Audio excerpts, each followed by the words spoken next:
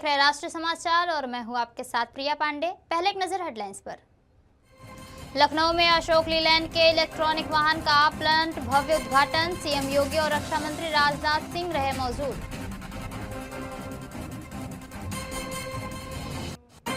ED कार्रवाई के विरोध में टीएमसी सांसदों ने अमित शाह के कार्यालय के बाहर किया प्रदर्शन, महुआ मोइत्रा और डेरेक ओब्रायन हिरासत में। लैंड फॉर जॉब मामले में उदय नारायण चौधरी का हमला, कहा ईडी के जरिए सिर्फ लालू परिवार को परेशान किया जा रहा। टीएमसी के धरने पर बंगाल बीजेपी अध्यक्ष समीक भट्टाचार्य का तंज, बोले जनता सब पहचान चुकी है। बहराइच में नगरपालिका का सख्त अभियान, घंटाघर चौक बाजार से अवैध अतिक्रमण हटाया गया। मुख्यमंत्री योगी आदित्यनाथ और रक्षा मंत्री राजनाथ सिंह ने लखनऊ के सरोजनी नगर क्षेत्र में अशोक लीलैंड के इलेक्ट्रिक वाहन मैन्युफैक्चरिंग प्लांट का उद्घाटन किया। इस अवसर पर केंद्रीय भारी उद्योग एवं सार्वजनिक उपक्रम मंत्री एचडी कुमारस्वामी भी मौजूद रहे। उद्घाटन के बाद मुख्यमंत्री योगी आदित्यनाथ ने ई बस में सफर किया। करीब 70 एकड़ में स्थापित इस अत्याधुनिक प्लांट में ई बस, ई ट्रैवलर और ई लोडिंग वाहनों का निर्माण किया जाएगा।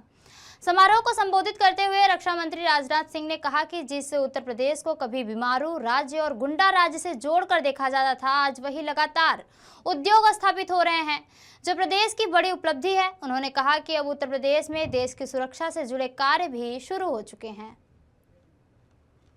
निवेश इस बात को प्रदर्शित करता है कि वही उत्तर प्रदेश है। 2017 के पहले इस उत्तर प्रदेश में क्या स्थितियां थी? अराजकता चरम पर थी। निवेश की बात तो दूर, जो निवेश था वह भी यहां से पलायन करने के लिए पूरी तरीके से तैयार बैठा था कि अवसर मिले वो यहां से बाहर का रास्ता तैयार करें। 2017 में हम लोग आए थे, हम लोगों ने कहा था उस समय कि उत्तर प्रदेश तो अनलिमिटेड पोटेंशियल का प्रदेश है। अपने राजनीतिक स्वार्थों के लिए कुछ लोगों ने इसे बदनाम किया होगा, इसके सामने पहचान का संकट खड़ा किया होगा। लेकिन मित्रों, आज मैं कह सकता हूं कि उत्तर प्रदेश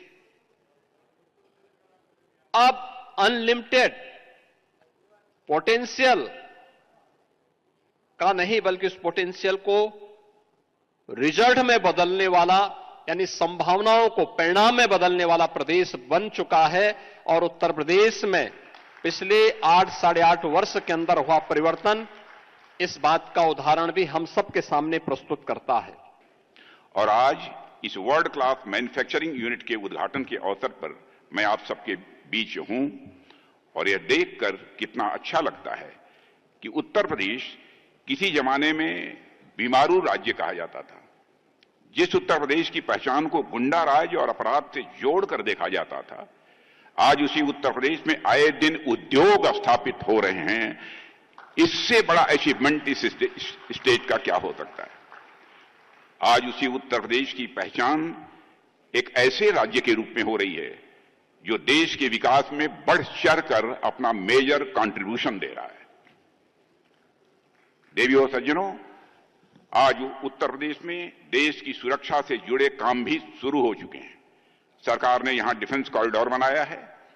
इसका मतलब सेनाओं के लिए हथियार, गोला बारूद और लड़ाकू जहाजों से जुड़ा सामान अब हमारे इस उत्तर प्रदेश में ही बनेगा। पश्चिम बंगाल में ईडी की कार्रवाई को लेकर जारी राजनीतिक विवाद के बीच तृणमूल कांग्रेसियों के सांसदों ने आज केंद्रीय गृह मंत्री अमित शाह के दिल्ली स्थित कार्यालय के बाहर जोरदार विरोध प्रदर्शन किया। प्रदर्शन में डेरेक ओब्रायन, शताब्दी राय, महुआ मोइत्रा और कीर्ति आजाद सहित कई वरिष्ठ सांसद शामिल रहे। टीएमसी सांसद ईडी द्वारा कोलकाता स्थित आईपैक कार्यालय और सह संपादक प्रतीक जैन के आवास पर की गई छापेमारी के विरोध में नारेबाजी कर रहे थे। इस दौरान मौके पर पहुंची पुलिस ने प्रदर्शनकारियों को हटाने की कोशिश की, जिसमें पुलिस और सांसदों के बीच धक्का मुक्की भी हुई। पुलिस ने महुआ मोइत्रा और डेरेक ओब्रायन को हिरासत में लेकर संसद स्ट्रीट थाने ले जाया गया, जहां उन्हें रखा गया है और मामले की जांच भी की जा रही है। लैंड फॉर जॉब मामले में लालू प्रसाद यादव और उनके परिवार पर आरोप तय किए जाने पर राजद के राष्ट्रीय उपाध्यक्ष उदय नारायण चौधरी ने तीखी प्रतिक्रिया दी है। उन्होंने कहा कि यह पूरी कार्रवाई केवल लालू परिवार को परेशान करने के लिए ईडी के माध्यम से की जा रही है और इसमें कोर्ट का कोई भूमिका नहीं है। उन्होंने आरोप लगाया कि उस समय तेजस्वी यादव बच्चे थे, फिर भी उन्हें इस मामले में शामिल किया गया। उदय नारायण चौधरी ने इसे सत्ताधारी दल की विपक्ष को परेशान करने की साजिश करार दिया है और कहा कि इस तरह की कार्रवाई लोकतंत्र और संविधान के मूल सिद्धांतों के खिलाफ है। पूर्ण रूप से ये लालू परिवार को परेशान करने के लिए ईडी के सहारे करवाया जा रहा है। इसमें कोर्ट का कोई रोल नहीं है। हम आप ही लोगों से पूछना चाहते हैं कि जिस समय केस हुआ उस समय तेजस्वी यादव जी को दाढ़ी मोछ भी हुआ था? उस समय दाढ़ी मोछ भी नहीं हुआ था। बच्चे थे, लेकिन ये मुदाले हो गए हैं आज। और जब जब कुछ कुछ होता है तब तक इस तरह का केस को निकाला जाता है। तो जो दिल्ली में बैठी हुकूमत है उसकी साजिश है कि सत्ताधारी दल के लोग विपक्ष को परेशान कर रहे हैं, लोकतंत्र को खत्म करना चाह रहे हैं, संविधान को खत्म करना चाह रहे हैं। इसी के लिए इस तरह की कार्रवाई करवाई जा रही है ईडी के माध्यम। पश्चिम बंगाल भाजपा अध्यक्ष व सांसद समीक भट्टाचार्य ने टीएमसी के धरना प्रदर्शन करने पर कहा, टीएमसी पश्चिम बंगाल की जनता के सामने धरना नहीं दे सकती। यहाँ की जनता टीएमसी को पहचान गई है। आज बंगाल की स्थिति को देखकर जनता हंस रही है और हम लोग लोकतांत्रिक तरीके से लड़ाई लड़ रहे हैं और उसी के हिसाब से इस सरकार को गिराएंगे। कांग्रेस पश्चिम बंगाल की जनता के सामने धरना नहीं दे सकते। पश्चिम बंगाल की जनता तृणमूल कांग्रेस को पहचान गया। आपका उत्तर बंगाल में अब जाइए, ये नदी से बोल्डर उठा लेते हैं, इलीगल सैंड माइनिंग करते हैं, पूरा जंगल की काट साफ कर दिया वो। तो अगर तृणमूल कांग्रेस का नेता आज उत्तर बंगाल के किसी जगह में खड़ा होकर कोई भी करप्शन के खिलाफ आवाज उठाए तो लोग तो हंसेगा। तो इसीलिए वो पहुंच गया उधर नॉन इश्यू को इश्यू बनाने के लिए। आज पूरा पश्चिम बंगाल का स्थिति देखकर भारत की आम जनता हंस रहा है। ये एक मुख्यमंत्री जो संवैधानिक शपथ लेकर प्रशासनिक उच्च पद में बैठे हुए हैं, वो जाकर सरकारी कामकाज में हस्तक्षेप कर रहे हैं, ईडी ऑफिसर से फाइल छीन रहे हैं।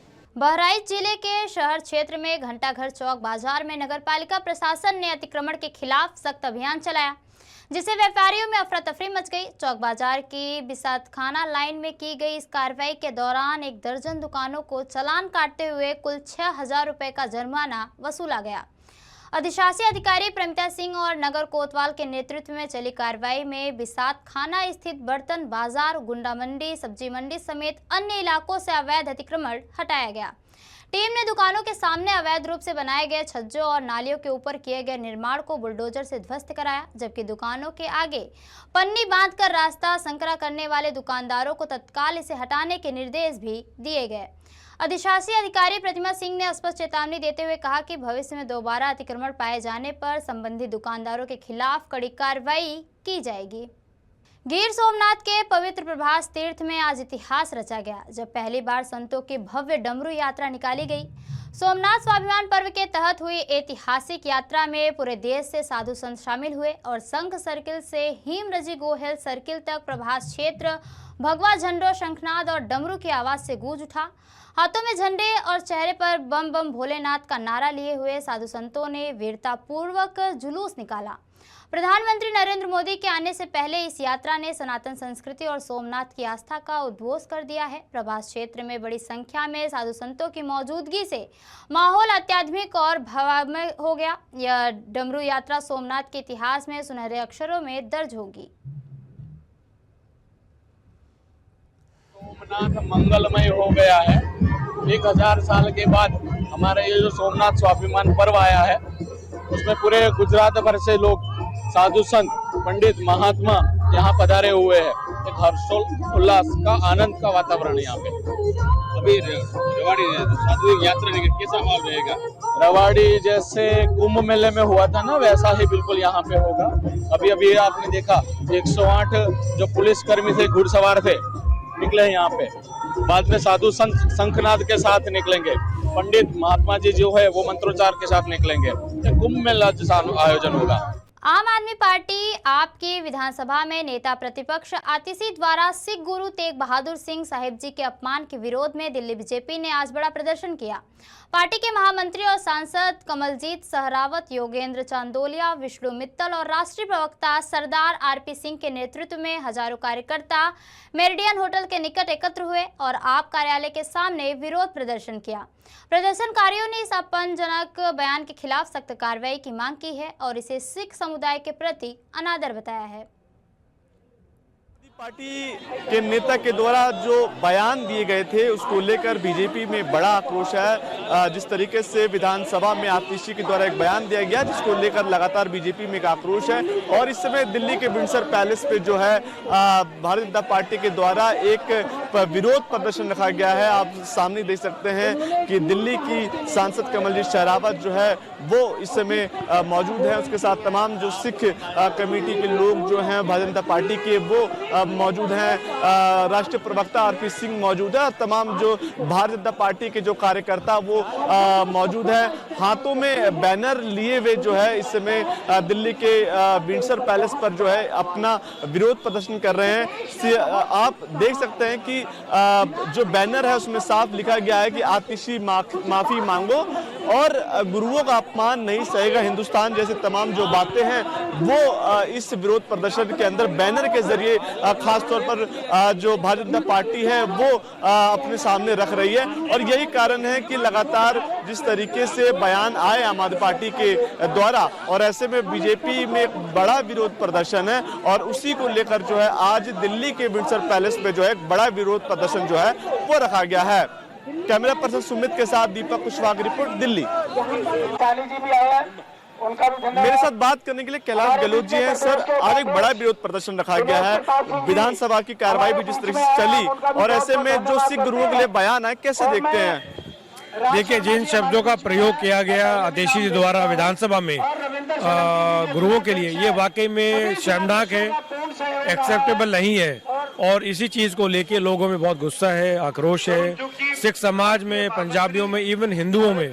क्योंकि जहां एक तरफ गुरुओं के सम्मान में पूरे देश में भव्य तरीके से उनका सम्मान किया जा रहा है, उसी तरफ गुरुओं के लिए इन शब्दों का प्रयोग करना बिल्कुल गलत है। आम आदमी पार्टी सर कह रही है कि उनके बयान को तोड़ मरोड़ के पेश किया गया है, बीजेपी जो है इसको दूसरे ढंग से पेश कर रही है। बिल्कुल गलत है।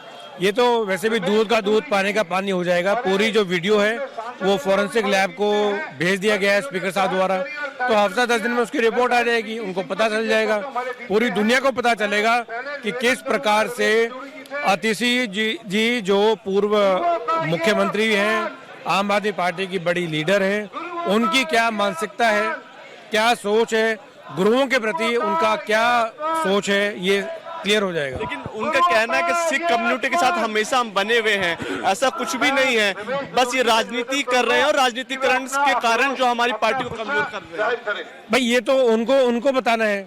अगर कोई उनका सीनियर लीडर और लीडर ऑफ ऑपोजिशन विधानसभा में अगर इन शब्दों का अगर प्रयोग कर सकते हैं गुरुओं के लिए, तो फिर बाकी तो सबको क्लियर हो जाएगा। तो आगे भी कुछ बीजेपी इससे बड़ा भी कुछ कर सकते हैं, क्योंकि एक बड़ी कम्युनिटी जो है भारतीय जनता पार्टी के साथ जुड़ी हुई है, सिख कम्युनिटी के लिए। नहीं, वो तो पूरे देश में आक्रोश है, ये सिर्फ सिख कम्युनिटी की बात नहीं है।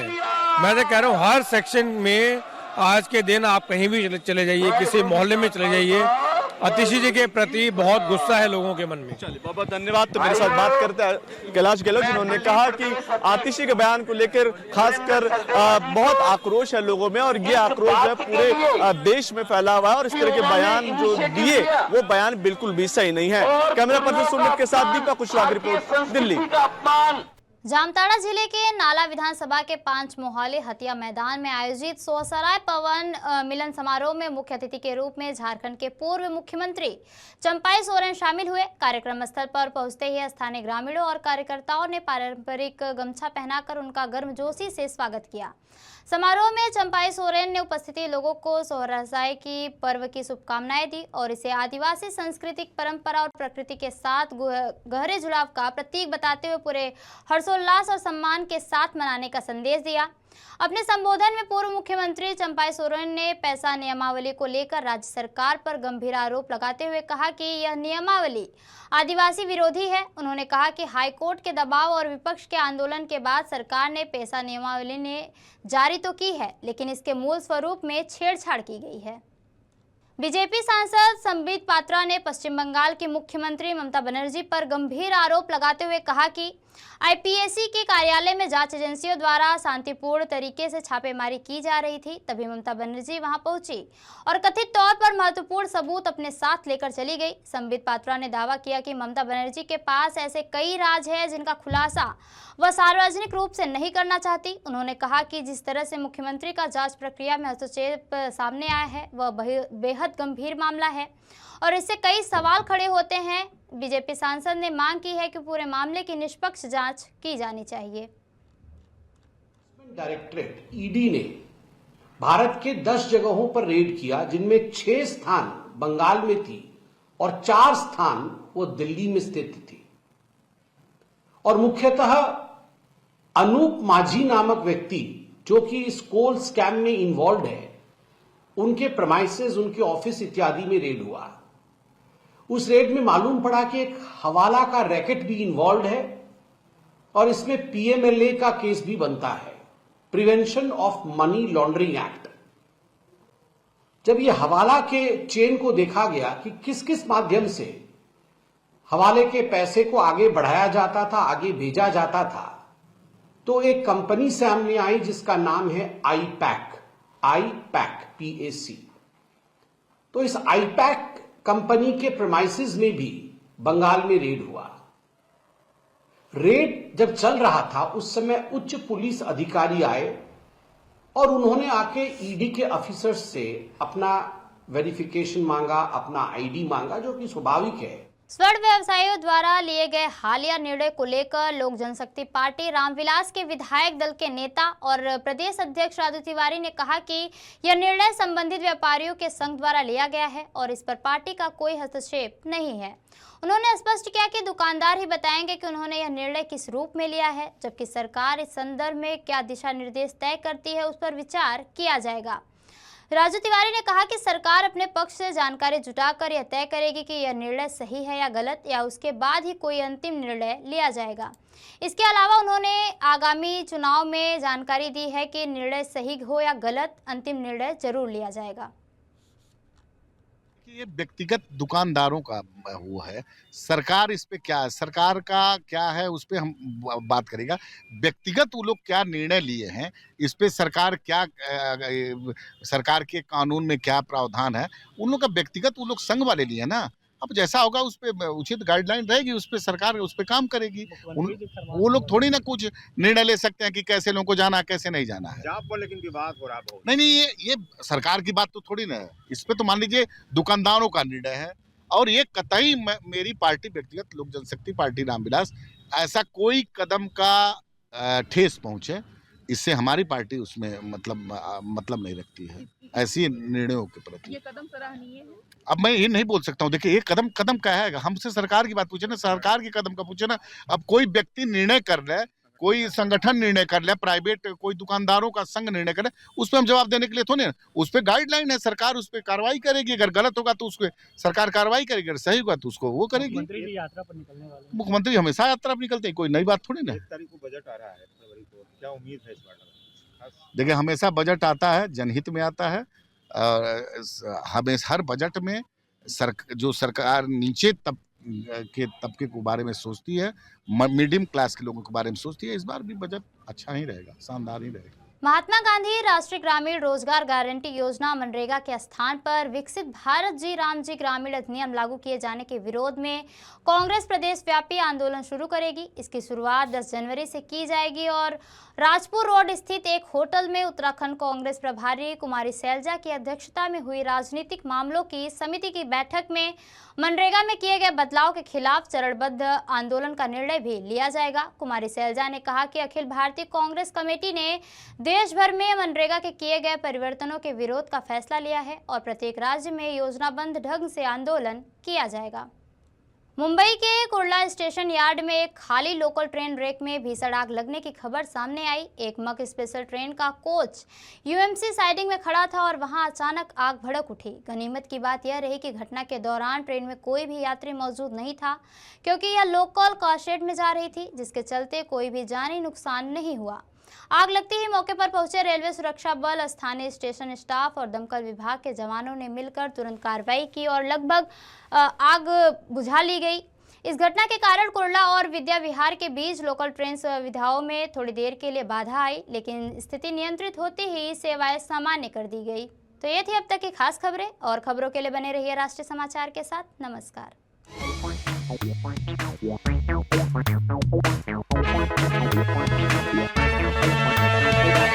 back.